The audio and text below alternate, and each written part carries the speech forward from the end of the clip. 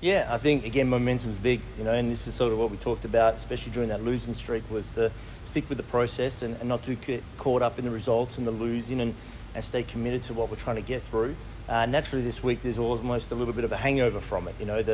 There was a real high amongst the group, especially after that Perth game, and then we took the red eye coming back, and there's massive energy dump. And so that's what this week was trying to, get the guys' momentum back up and going again, knowing that, we're almost in a position now to get ourselves off the bottom of the ladder. But again, you just want to do as we've always done, is take it one day at a time, one game at a time. Is that something that you're playing for now? Obviously, not making finals and just trying to get off the bottom of the ladder. You're playing the team that's also been struggling this season. Yeah, I mean, we've lost both games to New Zealand. There was one game earlier on in the season where we felt like we were in the driver's seat and dropped the ball. And then they obviously just kicked us square in the butt on the New Year's Eve game, which really shifted our focus for this month. So I think we're still playing with that sense of pride. We still want to go out there with the idea that we don't want to get clean swept by New Zealand. But again, things that can come from that obviously are beneficial. But again, one game, one quarter, one possession at a time. Double overtime on the weekend, and then obviously the two big flights. Is everyone feeling good? Everyone recovered well from that? Yeah, very much so. So a little bit under the weather, like myself. It's been raining non-stop. AK, Jonah have been a little bit sick.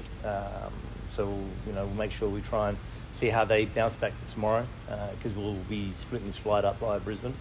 Again, hell of a weekend. Funny week in a sense of illness and the weather and everything else, but I feel like we should be good.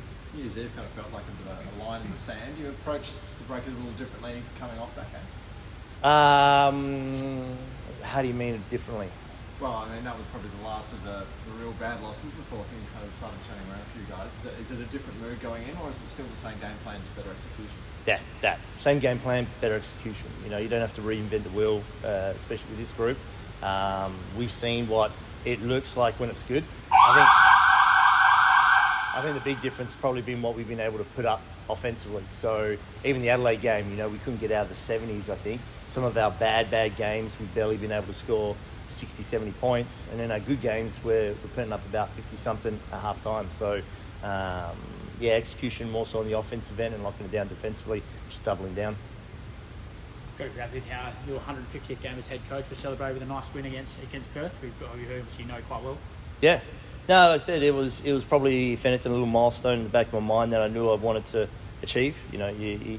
There's a lot of good assistant coaches throughout the last 2 decades that have never had an opportunity to coach a NBL game. And there's a lot of guys I connect with and I respect in those circles. And so, for me to get 150, it's kind of cool. It's special and appreciative, humble and everything else. And Matt Dellavedova looks like he could be going out for,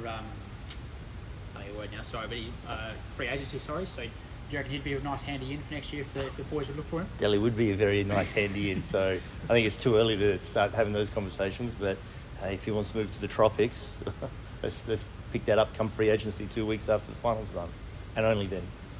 And just finally, how was that flight home from Perth on the red eye?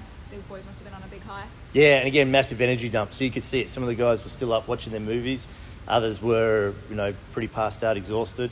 Everybody was sore, but it was good to get home in 4 hours rather than doorstep to doorstep 11 hours. So that was good. It's big. A lot of guys are obviously tired, from the long flight and, the double overtime game and all that kind of put together. But everybody's energetic, feeling good. Obviously, 2 big wins like that, especially in a row over 2 really good teams, that's always big for anybody. So the morale is extremely high. I think last time we spoke was before the last New Zealand game where they were missing PJC. Obviously, he's kind of back and running around. How do you approach the scout for this game? What's been the message? Last time we played them, obviously they got us really good. Taco really killed us. He's an anomaly, obviously. So we've just been emphasizing how to guard, when he's in there during his minutes, and then what we want to do, outside of those minutes, and just making sure we execute on that. Mathematically, you're a chance to jump off the bottom of the ladder. Is that something of motivation for the players in the next 3 games? Yeah, it's a really good incentive for our group, obviously. It's something we're thinking about, but, you just want to take it one game at a time and just, keep it the pace we've been at. You've also beaten, as you said, the top teams. Now you're playing a team that's struggling and on the bottom and no chance of making finals themselves. yourselves, do you think there's more pressure to beat a team like that after some strong wins? No, I don't think there's any pressure. We've been through the worst of the worst already, and it's 3 games left. So, the motto has been just go out there, just play, have fun, have a good time. This is the only time that this group, every single player will be here at the same time on the same team. So, just enjoying the time that we have together for these last few games, and just having fun.